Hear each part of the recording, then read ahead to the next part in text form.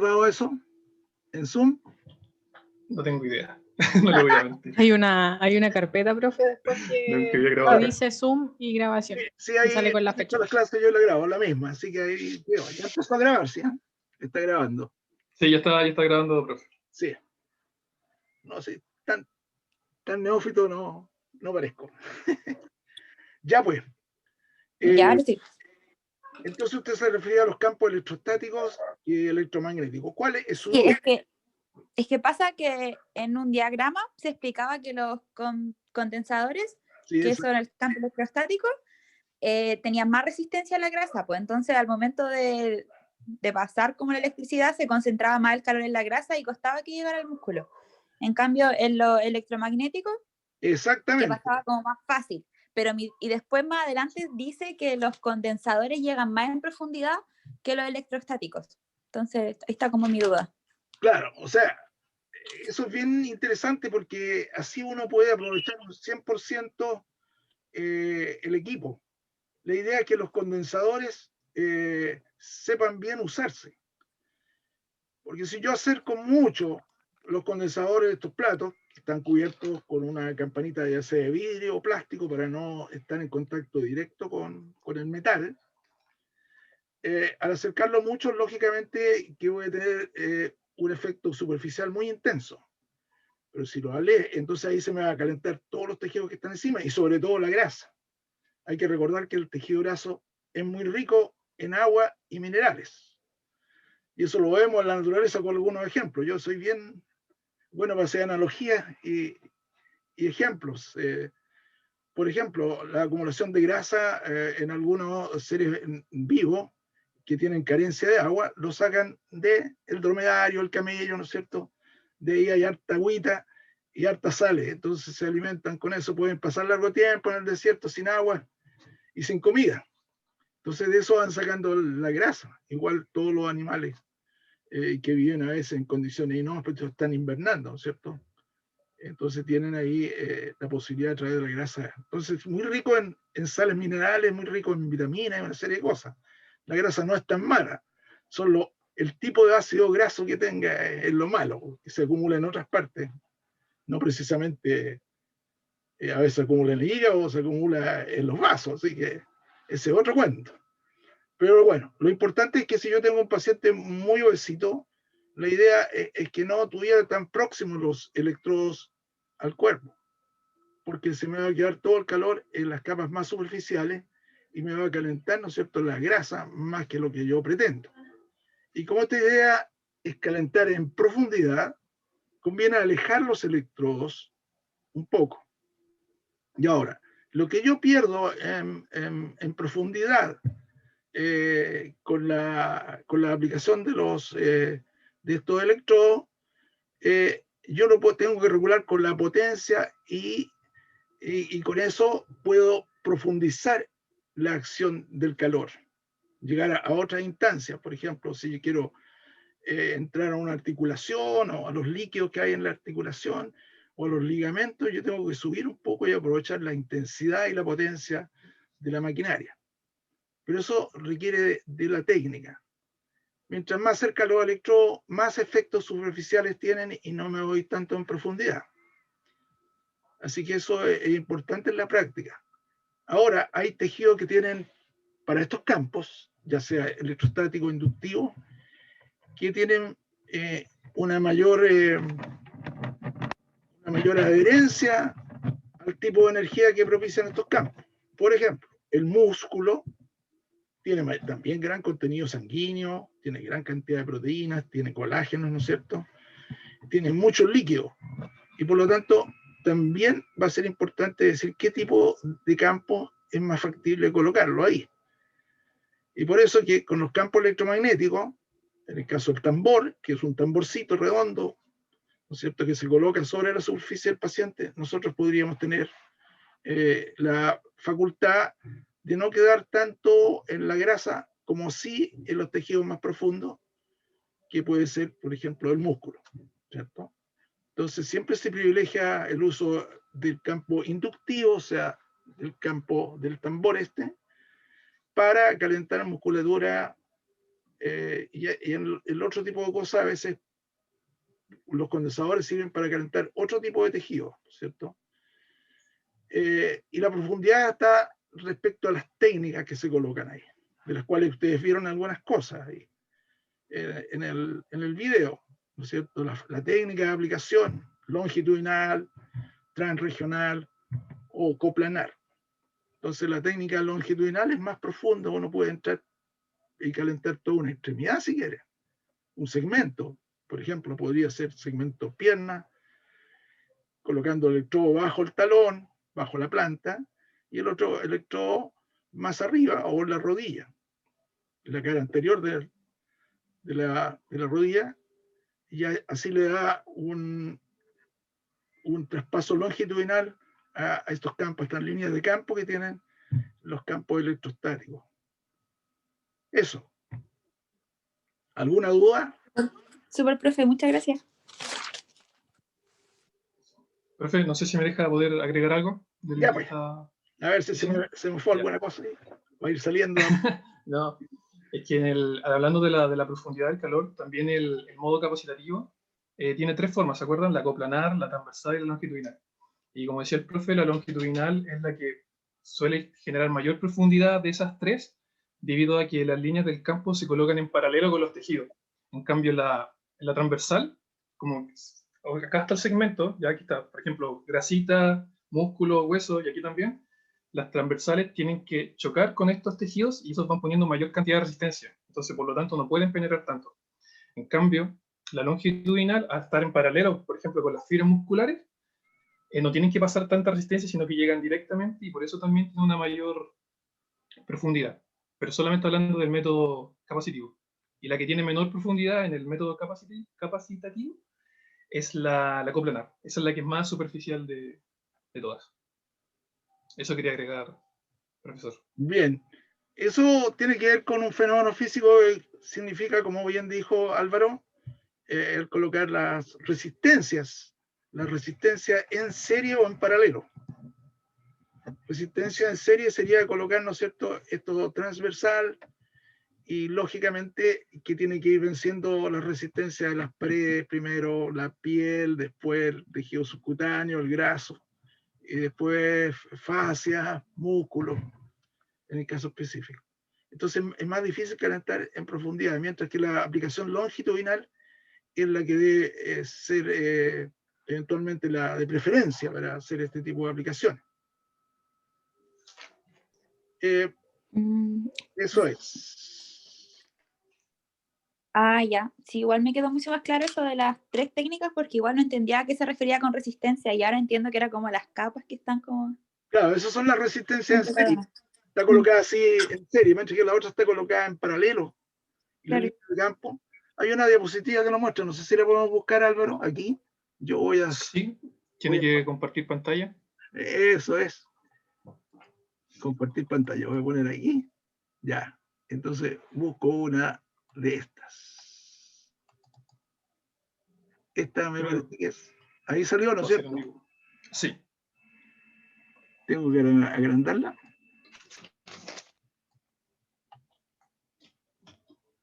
Ahí vamos bien.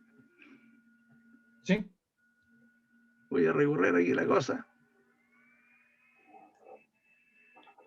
Ahí está lo que preguntaba ella, ¿no es cierto? Respecto a que esta onda corta, Kurzwelland, está tomando primero esto achurado en la grasa.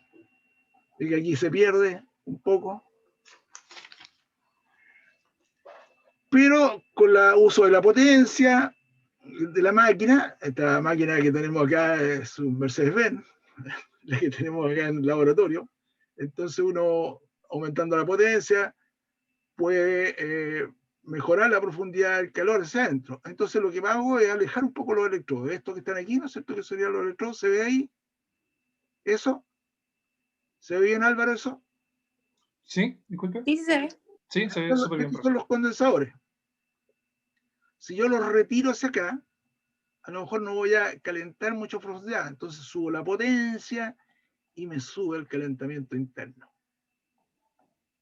De hecho, en la práctica, en los prácticos, yo hacía siempre este ejemplo de colocar a un paciente y lo colocaba en el talón, en la parte del calcáneo, en la zona plantar, ¿no es cierto? Le colocaba un electrodo, uno de estos condensadores, y lo alejaba bastante del pie, de modo que no se me calentara la piel del pie y la grasita de aquí.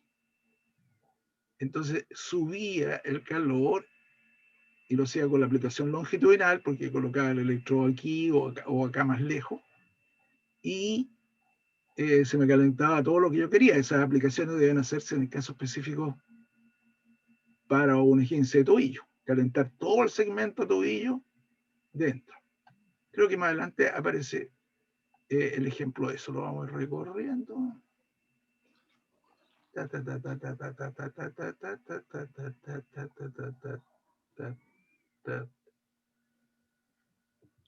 Ahí está la definición, ¿no es cierto? Esa es la aplicación transversal. Esa es la coplanar y esta es la longitudinal. Es la que nos referíamos, ¿no es cierto?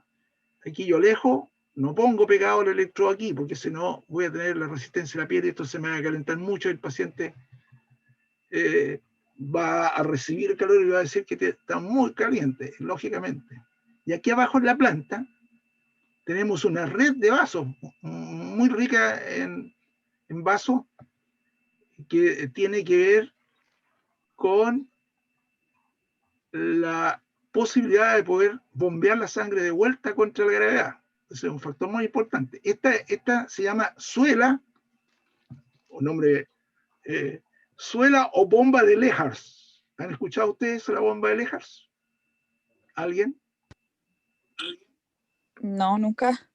Bueno, ahora saben que este sistema se llama bomba de Lehars o suela de Lehars.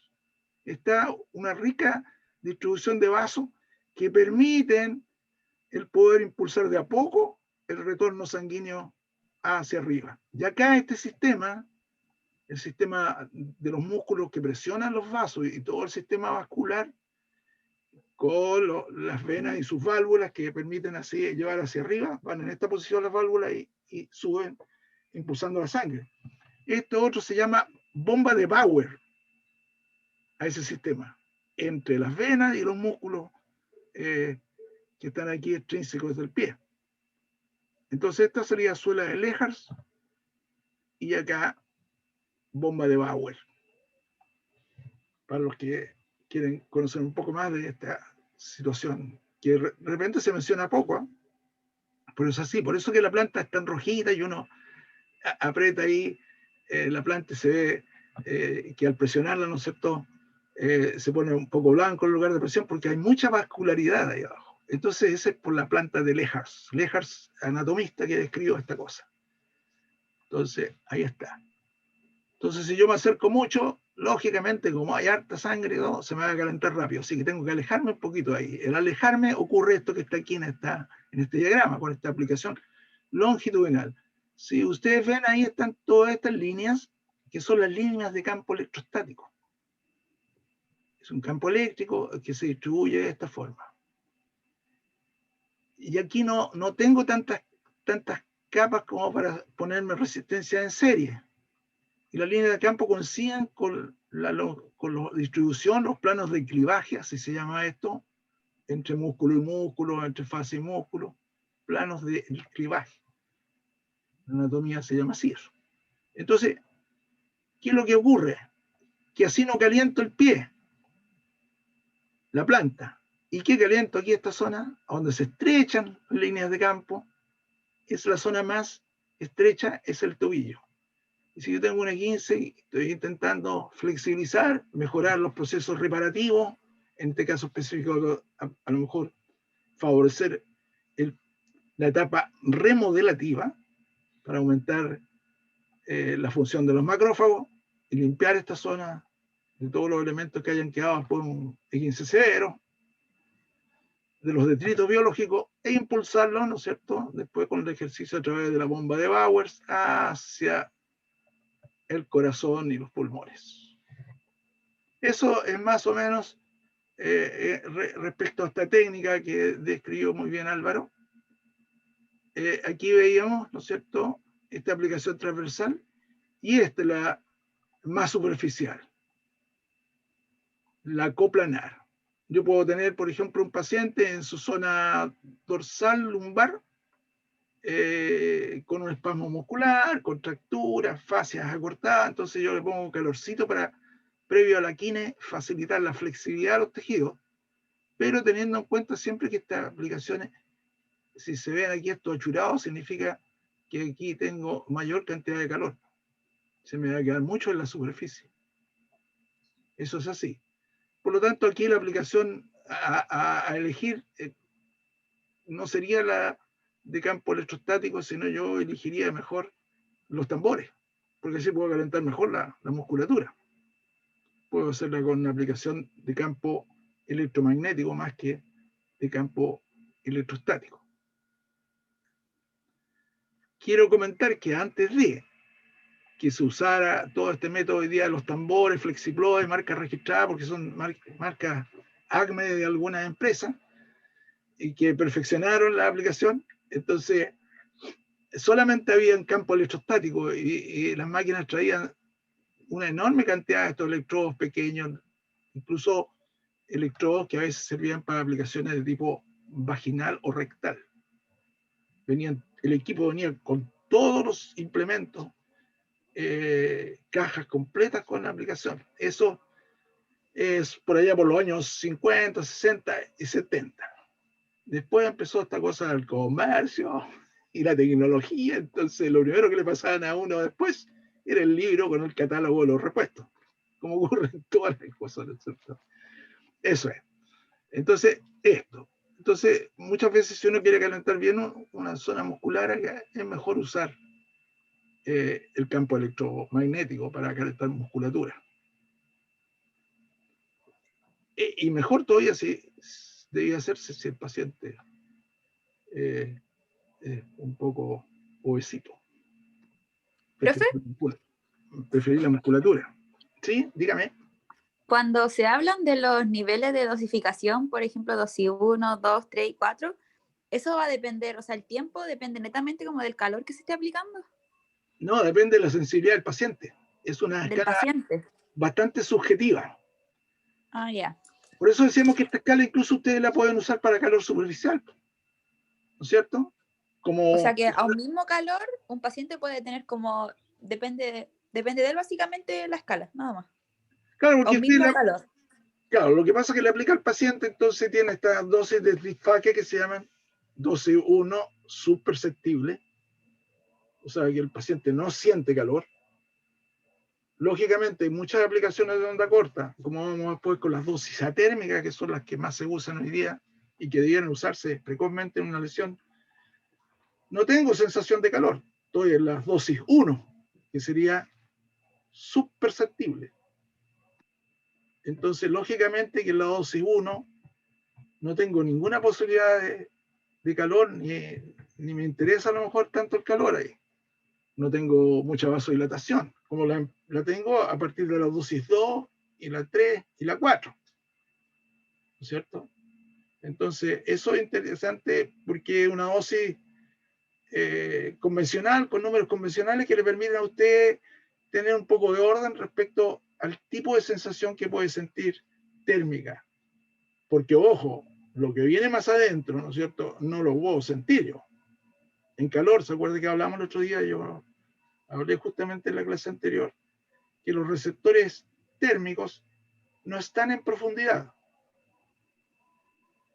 Entonces, todo lo que está por sobre y cerca de la piel es un predictor de lo que pudiese pasar más adentro.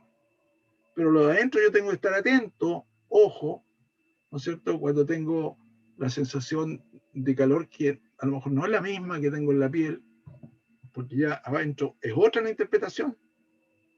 Yo tengo que tener en cuenta que si el exceso de calor me va a producir un aumento de sensación de llenado.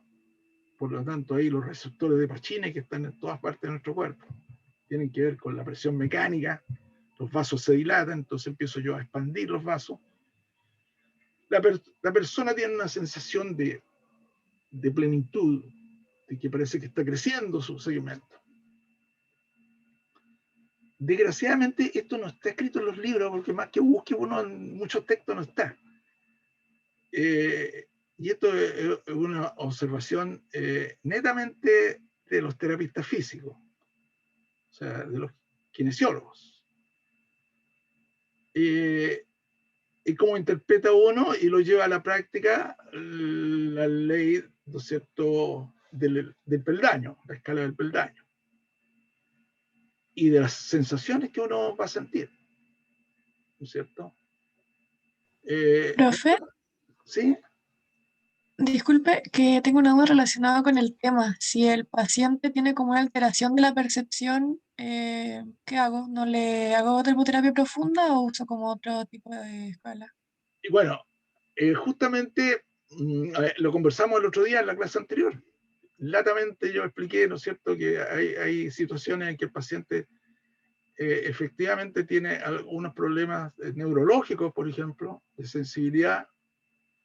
Lógicamente yo evitaría colocar calor, porque si va a depender de las percepciones, de las sensaciones, y un paciente tiene una disfunción neurológica en cuanto a las sensaciones y las percepciones, lógicamente que no, yo prohibiría usar calor. O sea, salvo que yo controle superficialmente el calor, como ocurre con este termómetro, ¿no es cierto?, que se usa en forma digital para ver la aplicación de calor que no exceda los 46 grados, 45, 46 grados, que es este aparatito que yo el otro día lo puse. Pero si el paciente tiene problemas neurológicos, donde hay compromiso de las sensaciones, por eso es importante, si usted tiene un paciente neurológico, que haga una evaluación previa a la sensibilidad. Lo mismo pasa con pacientes que tienen otros problemas que no son a veces netamente directos, sino más psiquiátricos, por ejemplo. Un paciente que tiene antecedentes, esquizofrenia, u otro tipo de cosas, también tengo que tener cuidado. Los niños, por ejemplo, que no me van a informar bien de eso, cuesta mucho más interpretar las ideas. Entonces el kinesiólogo tiene que ser empático en cuanto al paciente, en cuanto a los potenciales que el paciente tiene para dialogar o comunicarse con usted. Es quizás nuestra profesión una de las profesiones en que más necesitamos ese tipo de cosas, la empatía sensitiva y la empatía de interpretación y comunicación. Porque muchas de las cosas, como esta, por ejemplo, dependen un poco de la sensibilidad del paciente. Otro tipo de pacientes complicados son los ancianos también, porque a partir de la ancianidad va deteriorando las habilidades mentales, lo hablamos el otro día latamente, así no quiero explayarme más en ese punto. Así que por eso hay que venir a clase o escuchar la clase. Sí, es que no sabía que era también para la profunda. Pensé que eso era solamente para la Claro, pero superficial. usted tiene de predictor la piel. Pero si tiene usted un paciente que está con compromiso neurológico, yo preferiría evitar el uso de calor. Ya, gracias, profe. ¿Okay? No sé si Álvaro se me queda algo, ¿quiere agregar algo tú? Sí, respondiendo a la pregunta anterior, con el tema de las sensaciones, es súper importante saber eso, que la onda corta, al ser más profunda y no tenemos termorreceptores a nivel más profundo, no vamos a poder sentir la percepción del calor. Entonces es muy importante sentir la sensación de presión. Si el paciente llega a sentir la pierna pesada, es porque ya hay una vasodilatación muy importante y ya deberíamos pensar en bajar la dosis o terminar el tratamiento, porque ya podríamos generar un daño y una quemadura interna dentro del paciente. Eso, profesor. Muy bien. Yo quiero contar esta anécdota que a mí me ocurrió. Yo empecé a trabajar en un traumatológico y era el único clínico que había ahí. En un traumatológico donde se movía desde toda la isla de Chiloé, la región de los lagos, los ríos, prácticamente todo lo especializado llegaba a Osorno, a ese hospital, porque había un cirujano con muchas habilidades ahí. Y por lo tanto sus pacientes frecuentaban enormemente al kinesiólogo. Entonces yo tenía una máquina nueva que era onda corta, una marca Acme, alemana, muy buena.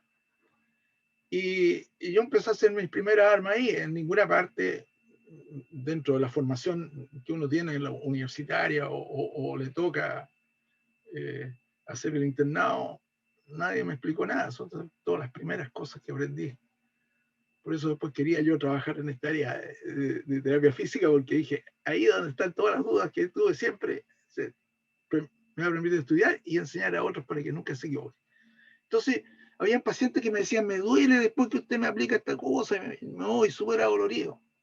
Y decía, qué raro, porque no tiene ninguna complicación. Y como eso se empezó a repetir, yo me empecé a preguntar por qué le duele al paciente. Y efectivamente me coloqué la máquina yo mismamente, dije, el conejillo de India tengo que ser yo aquí para saber que realmente esto es así. Por eso siempre es bueno tener la experiencia personal de cada uno, que a uno se aplique las máquinas, va a sentir el calor, no sentirlo. Y por lo tanto, empecé a pasar por todas las dosis. Y me di cuenta que dosis 3 y 4 me provocaban una sensación de dolor finalmente. Sentía que me iba a estallar la pierna y un dolor punzante. Y ojo que la vasodilatación, porque estaba en el peldaño último, me producía una vasodilatación refleja que me duraba 2 horas, más o menos. Porque después me miraba, tenía rojo mi rodilla. Entonces dije, esta cuestión es así. Y me empecé a preguntar por qué ocurre esto. En ese tiempo sabía tan poco. Y además que buscaba los textos. No tenía el Google. En ese tiempo no voy a googlear ni una cosa. Sí, estoy hablando de los años 70. Así que empecé por deducción lógica a sacarlo. Y como me sabía la ley del peldaño, llegué a la conclusión con el tiempo, después de profundizar más mis conocimientos, entonces, de que eso era efectivamente. Nosotros no tenemos receptores, como bien dijo Álvaro, ¿no es cierto?, térmicos en la profundidad. Eso. ¿Alguna otra inquietud?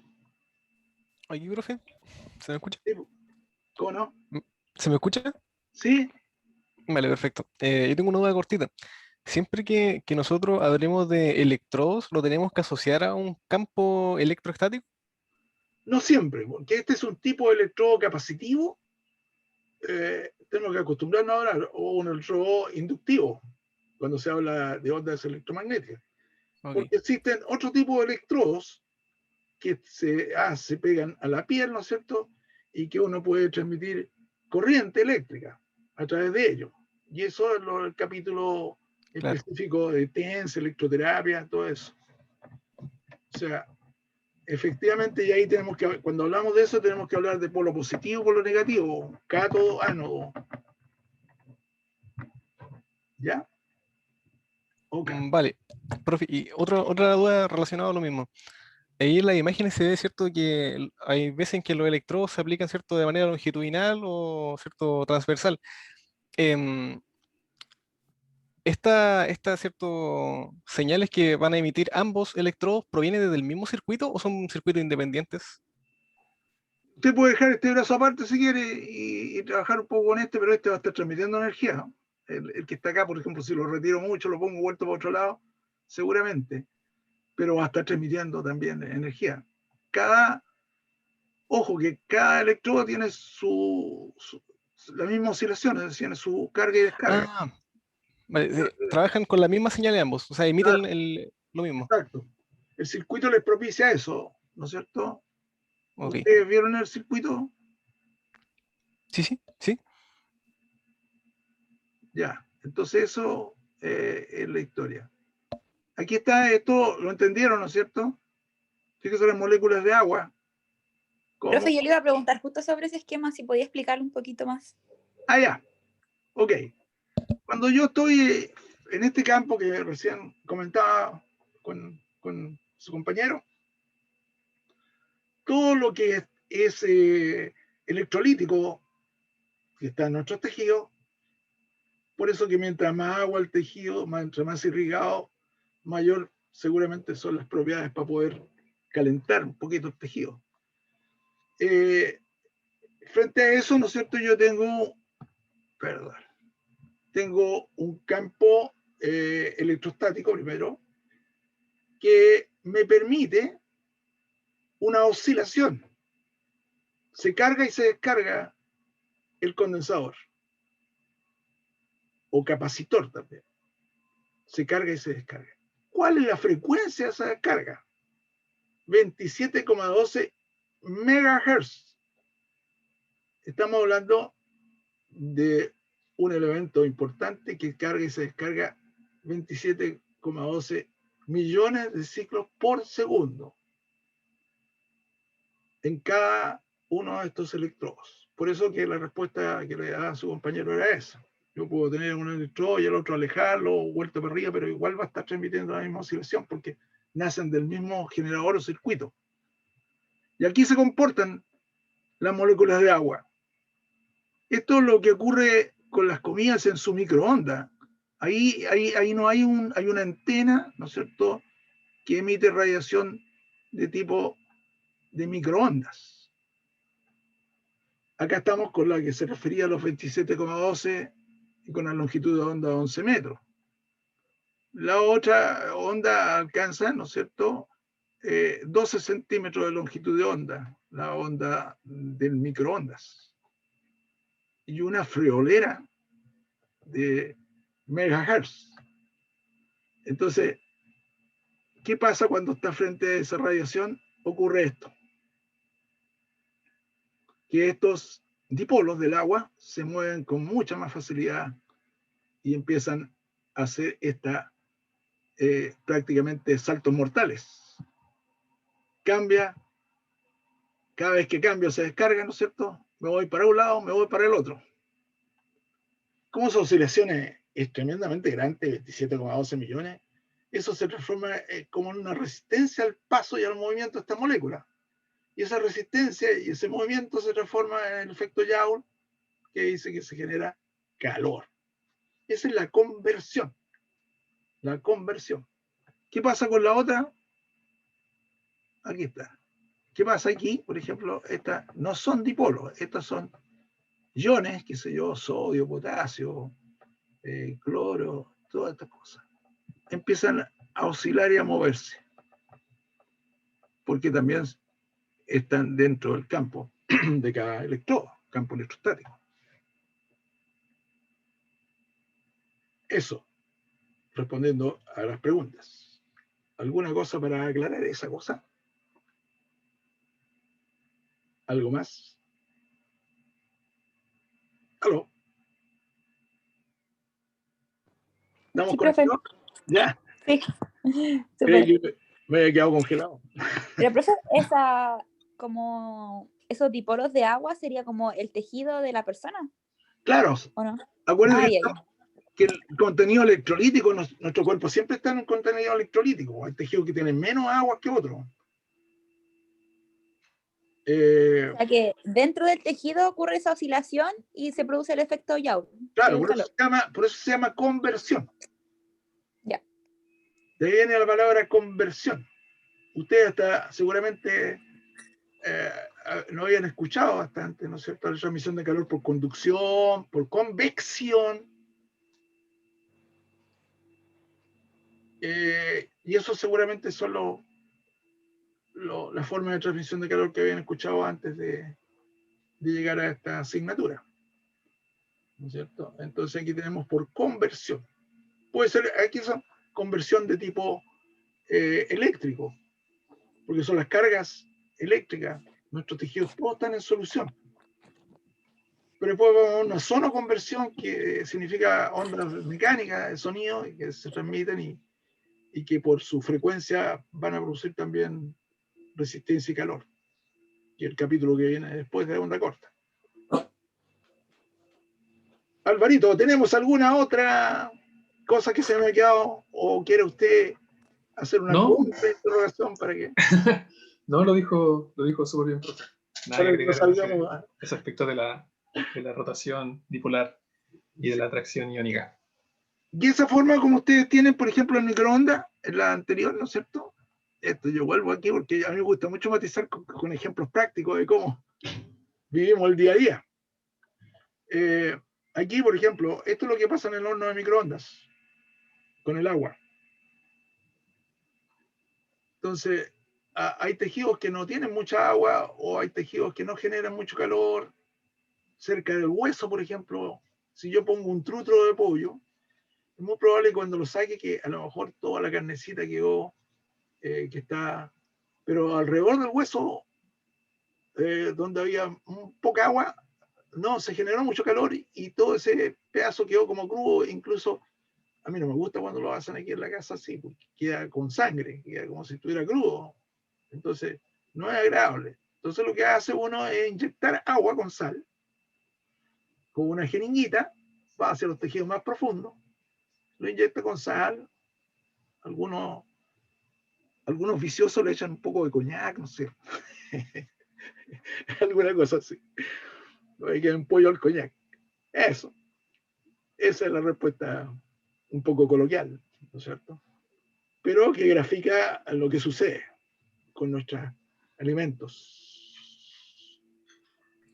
Pero fue en el caso de la imagen siguiente, que son como los tejidos, los no polares, ¿cómo ocurre ahí el calor? Se genera por la oscilación de estos tejidos. Como no son dipolos, entonces no se dan vuelta tan rápido. Entonces, como que quieren partir y van hacia el otro lado y se vuelven. Pero no hacen una vuelta completa como son el dipolo, ¿no es cierto? Entonces parece como si esto fuera un movimiento vibratorio, oscilatorio. Ya. Según Stephen Hawking, todo es vibración. La vida nace a través de la vibración. Así que eso es interesante. ¿Alguna cosa más que haya sido complicado? Los circuitos, yo les mandé un video de apoyo para la cuestión del circuito porque de repente es un poco complicado si uno no está muy... Aquí podría hablar de la importancia del triodo y el diodo en el circuito, que eso no estaba en la clase. ¿Qué puedo hacer aquí? Porque yo tengo otra diapo. ¿Cómo anulo esta y me la echo para afuera? ¿Cómo? Para sacar otra. ¿Cuál quiere colocar? Yo quiero colocar esa del circuito. Pero a ver si... ¿Pero esa no está más atrás? Creo que está más atrás en el PowerPoint. La que dice... Ahí está, espérese un poquito. Es que la que hice ahí en el otro está mejor que esta cuestión que está acá. Aquí. Ahí está el circuito. Exacto. Bueno, ahí en la otra diapositiva que tenía mostraba bien el triodo. El famoso triodo. Este es el circuito básico, de una máquina. Aquí está la alimentación, el enchufito, ¿no es cierto? Ahí me conecto a la red para tener la energía, 220 voltios. Luego tengo este dispositivo que se llama transformador. Ojo, el transformador sirve para reducir o aumentar el voltaje. Lógicamente, que con esta máquina, que yo entro a 50 ciclos con 220 volts, yo necesito aumentar la frecuencia de descarga y aumentar el voltaje. Por lo tanto, necesito un transformador con harto embobinado. De hecho, la máquina es muy pesada y el circuito dice, sale una calavera ahí al lado del circuito donde está encerrado este transformador, y dice que si meto la mano ahí o me acerco un poco, podría resultar carbonizado. Términos bastante rudos. Bueno, la idea es que ese transformador es lo que le da el peso a la máquina, incluso. La máquina, porque necesita un gran transformador para subir a este voltaje y tener una oscilación de 27,12 millones de ciclos por segundo. Lo que me puede generar esta corriente es solamente una baja frecuencia de 50 ciclos. Pero aquí subo a transformar la corriente en más alto. Y acá voy. Una parte de la onda que llega alterna la convierto en continua. Este es un transformador y aquí un rectificador. ¿Ya? Aquí a mi alrededor, donde estoy, tengo el computador, tengo una pantalla, un monitor grande para verlo mejor porque ahí tenía dificultades. Y tiene dos elementos principales que son fundamentales. Los famosos cargadores. ¿no es cierto? Sin cargador. Ni el celular ni nada funcionaría, ni el computador. Entonces, el cargador es, en el fondo, un transformador, porque necesito reducir los 220 a 18.5. 18.5 son los computadores, ¿no? Y también para poder cargar el celular.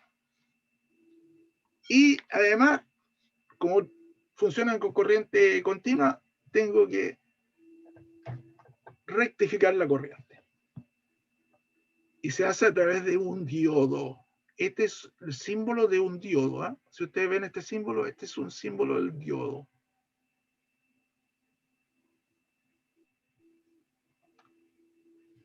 Diodo al estado sólido. Ahí está. Y este es un diodo termoiónico. ¿Qué significa termoiónico? Que la parte que genera, que se calienta y que genera electrones es un filamento, un incandescente. Por lo demás, ahí en la otra diapo y en el video ese que se adjuntó hoy día, que dice apoyo a la clase de corriente continua, en complemento, pero es un apoyo para entenderlo mejor, ahí se muestra un triodo.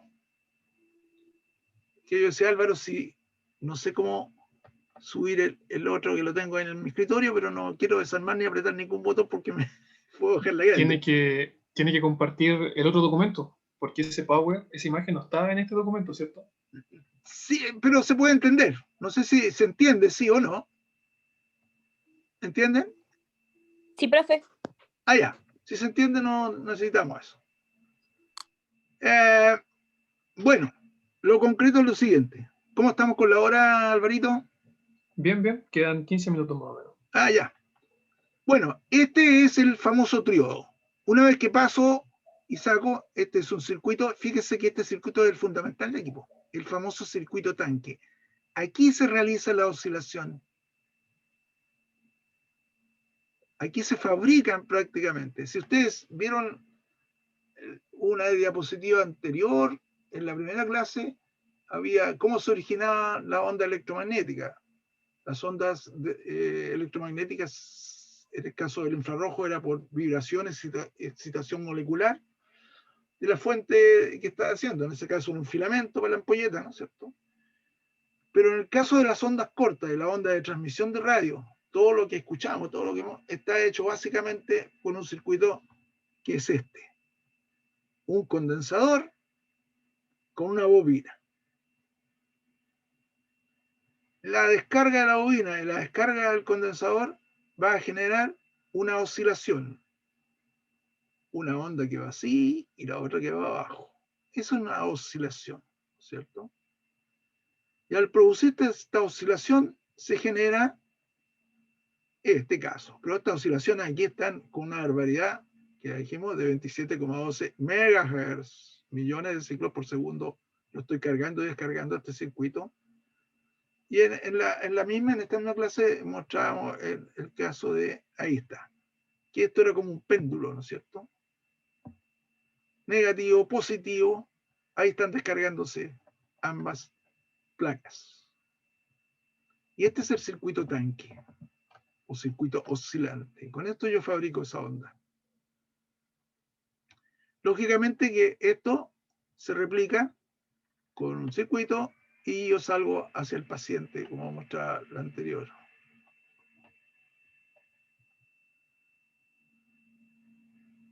Acá salgo hacia el paciente.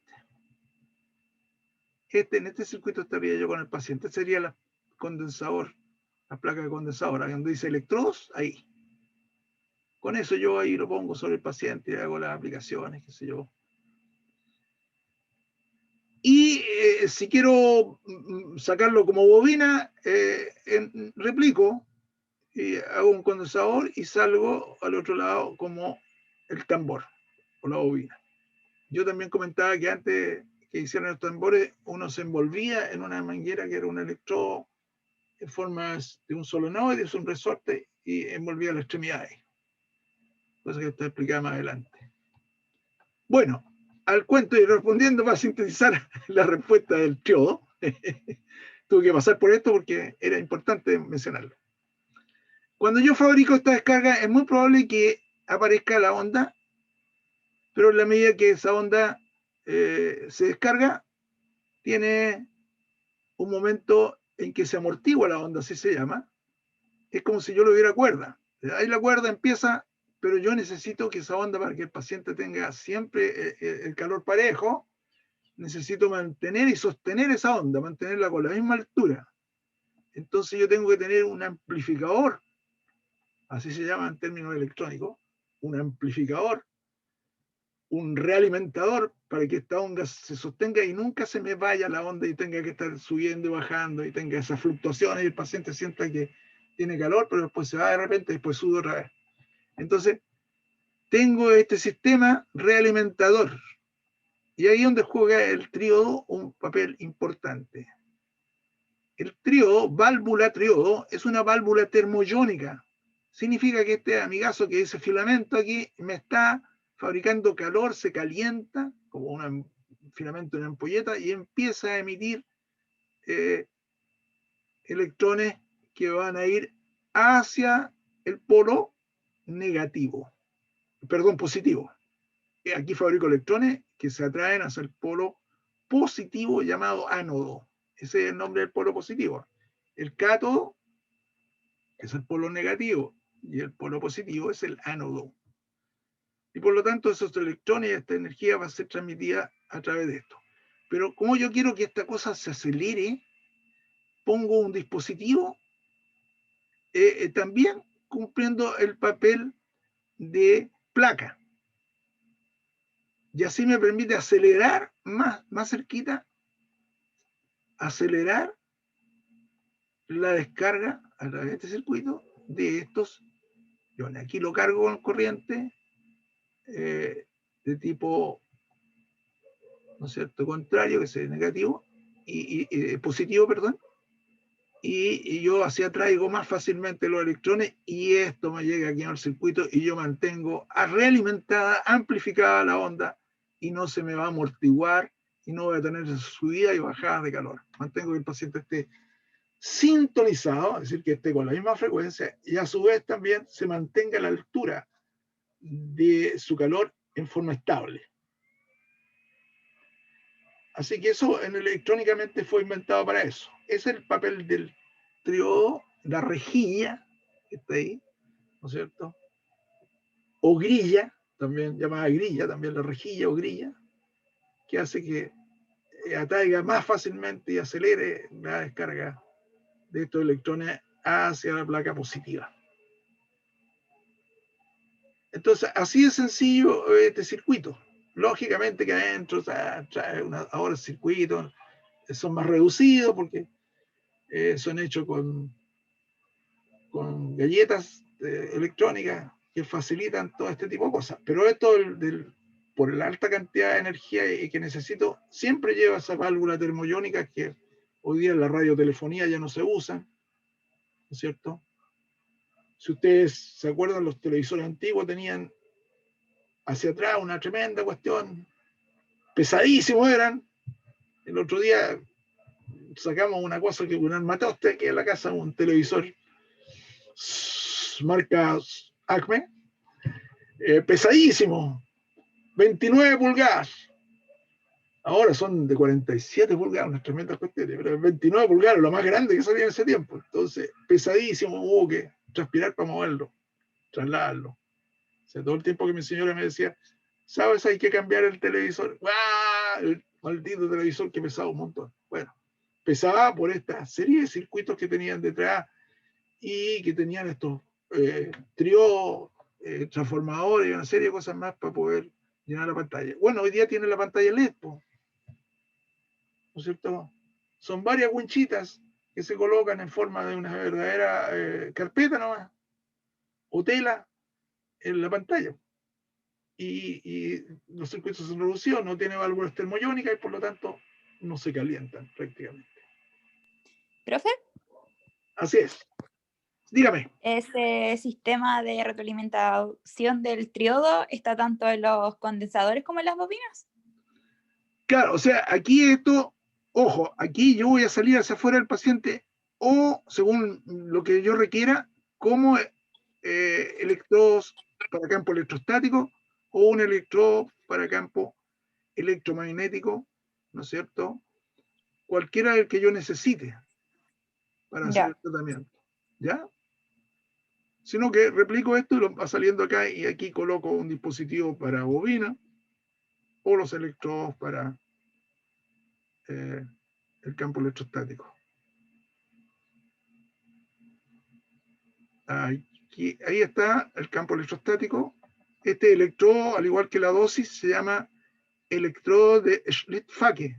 Yo no pretendo que se aprendan de nombre, pero así lo hizo su descubridor y el técnico que trabajó en este tipo de cosas.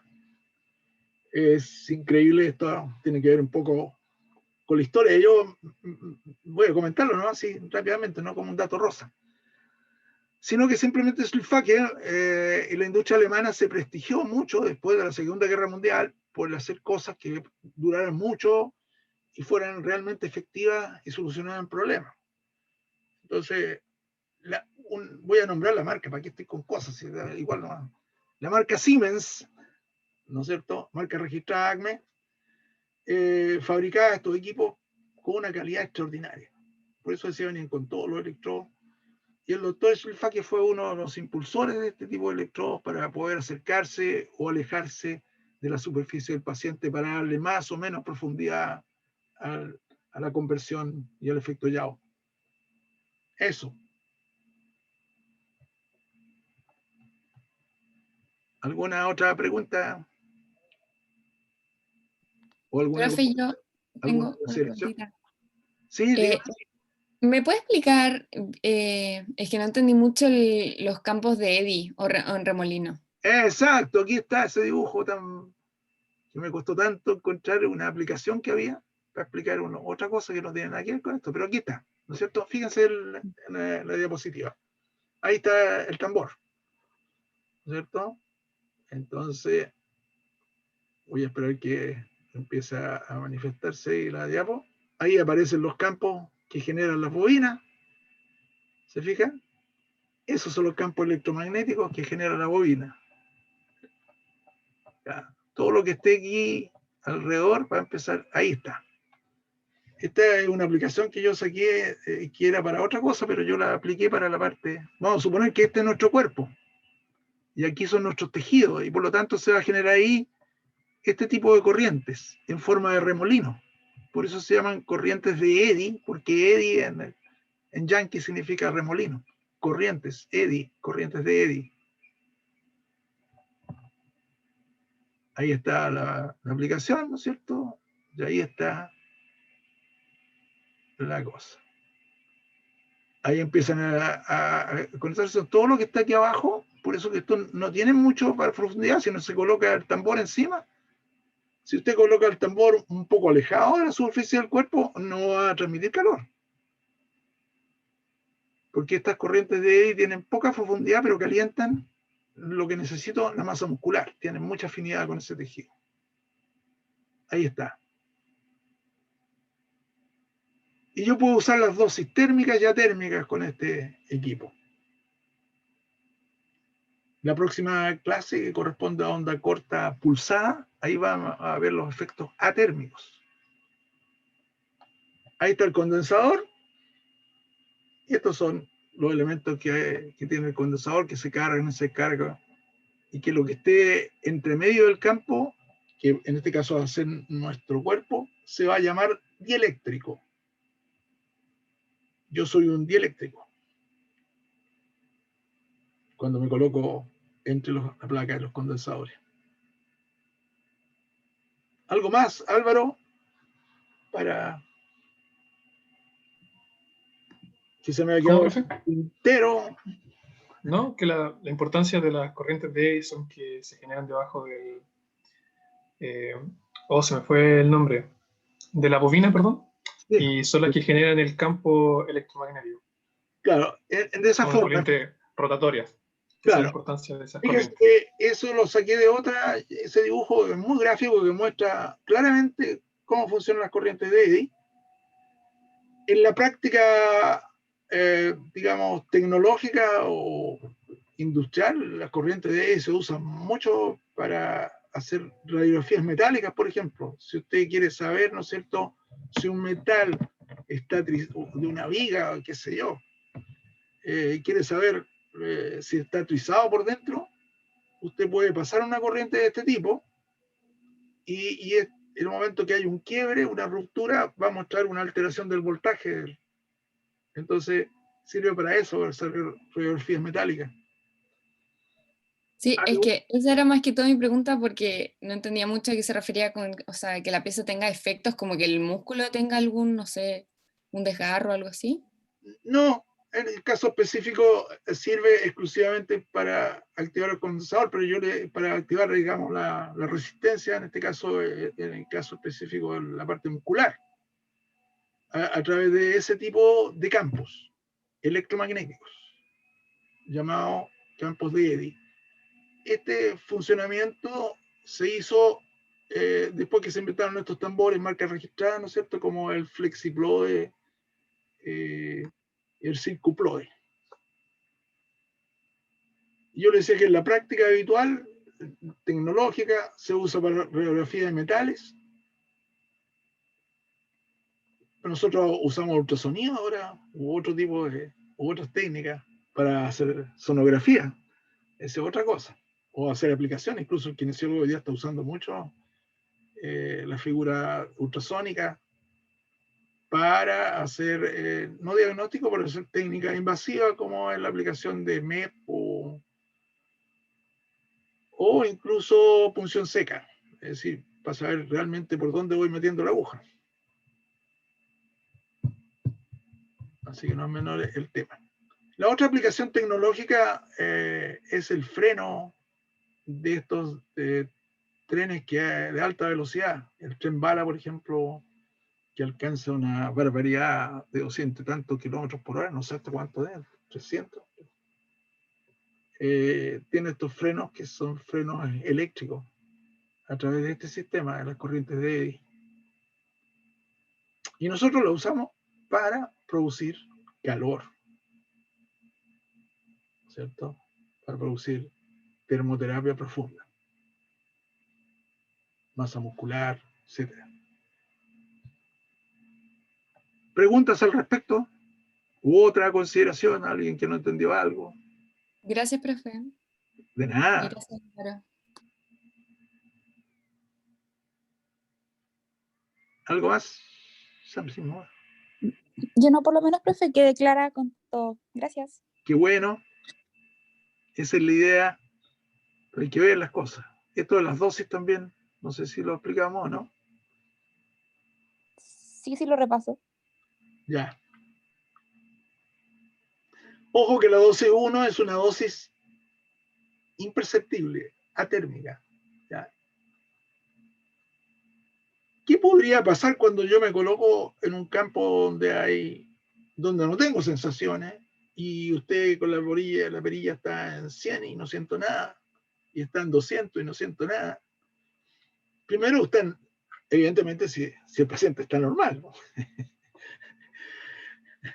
Entonces, en condiciones normales, un paciente sí va a tener efectos, ¿no es cierto?, frente a este campo, porque está frente a un campo eléctrico, ya sea electromagnético, que es donde más se usa, o un campo electrostático.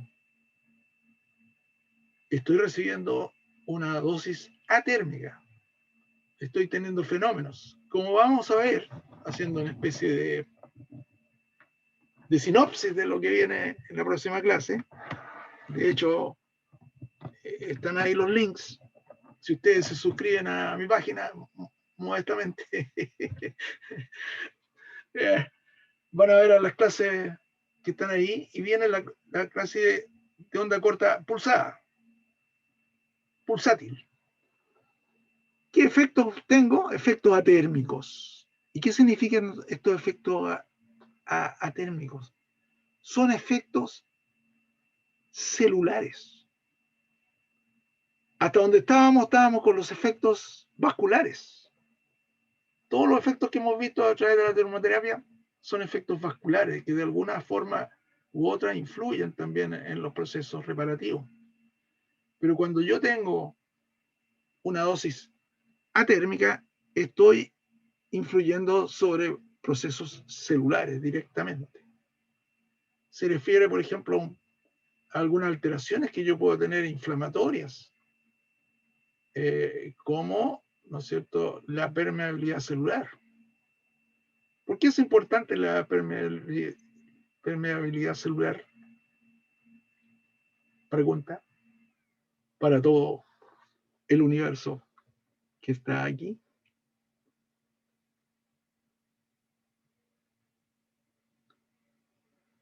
¿Por qué es importante que no haya edema? ¿Por qué es importante que la inflamación se vaya luego? ¿Por qué la permeabilidad celular es importante? Pregunta. ¿Puede ser como que mantiene la homeostasis dentro de la célula o del tejido? Ya. Eso está. Estable. Sí, pero ¿qué pasa cuando usted mantiene la homeostasis de ese tejido o de esa célula? ¿Qué fenómenos son los que se benefician con eso? Ahí la parte importante, el beneficio que usted tenga. ¿Cuáles serían? Así.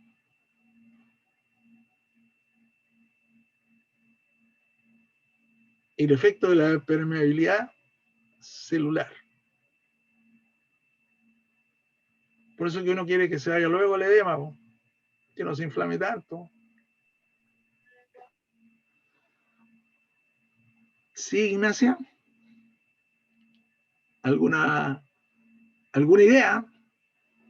No importa, equivóquense nomás y aprendan a deducir nomás, y aquí nadie se va. Nadie va a fustigarlos, ni mucho menos, todo lo contrario. ¿Sí? La inquietud es el razonamiento, el que debe primar. Po. Así se llega a la verité, a la verdad. La verité. Podría ser porque si se mantiene como el medio celular activo como su medio interno, todas las células están como en una constante traspaso de nutrientes. Ya, por ahí vamos, cosas, muy bien. Entonces se mantiene como una fluidez. Entonces si el edema se mantiene, eso se interrumpe. Y... ¿Por qué? Entonces, eso está, por ahí vamos la cosa. ¿Y por qué es tan importante para la etapa de reparación celular?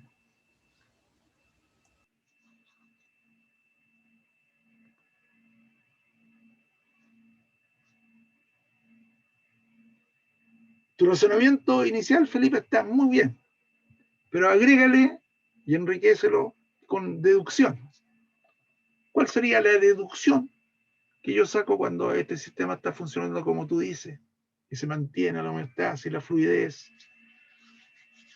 ¿Qué fenómenos celulares son importantes después de una lesión? Por ejemplo, del ligamento, un músculo, de un tendón que está inflamado o roto. ¿Qué es lo que se afecta? Profesor, disculpe por interrumpir. ¿Sí? Pero estamos llegando ya a la hora. Ya. Sí. Bueno, entonces le voy a responder al Felipe, que a José, perdón. ¿Felipe? Sí, Felipe. Ya, Felipe, por ahí vamos. Ya, Felipe, tener en consideración que los fenómenos reparativos nacen, por ejemplo, de la fabricación de proteínas, ¿cierto? Sí. Si yo tengo la propiedad de poder fabricar proteínas, lo tengo que hacer a través de las membranas celulares y sacar hacia afuera el aminoácido que necesito. Por eso que la aplicación en la etapa aguda o posaguda es primordial con este tipo de elementos atérmicos. No así me sucede con el calor, que lo tengo que limitar a cuando la cosa esté desinflamada o cuando no haya peligro de hemorragia. ¿Ya? Así que notoriamente la fabricación celular, la activación de enzimas propios de la reparación, ya sea reparación vascular, neoangiogénesis, nuevos vasitos que no necesito porque todas las células reparativas son oxígeno dependientes. Y por lo tanto mi fibroblasto necesita un ambiente que yo pueda sacar la fibra de colágeno hacia afuera a través de la permeabilidad celular. Por eso que es importante la aplicación de esta cosa en la etapa aguda. Pero esto es un paradigma que cuesta mucho realizar en la intervención del kinesiólogo. Incluso los mismos kinesiólogos se limitan en su potencial que tienen de trabajar en la etapa aguda, porque el médico le dice, ya, lo vamos a mandar al kinesiólogo y pasan 20 días y 15 días, ¿no es cierto? Esos 15 recién lo mandan a tratamiento kinésico. ¿Para qué? Seguramente para la etapa remodelativa y readaptativa, pero no para actuar desde el primer momento facilitando la fabricación de elementos celulares. Por eso decía yo que es tan importante las dosis térmicas como las dosis térmicas en las diferentes etapas. Así que es una ventaja. El ultrasonido pulsado, estas ondas pulsadas de alta frecuencia son principalmente facilitadoras de ese fenómeno celular, de efectos celulares más que efectos vasculares. Ya, Alvarito, estamos en el tiempo. Tiene que detener la grabación, profe. Ya, vamos aquí a ver aquí abajo dónde está esto.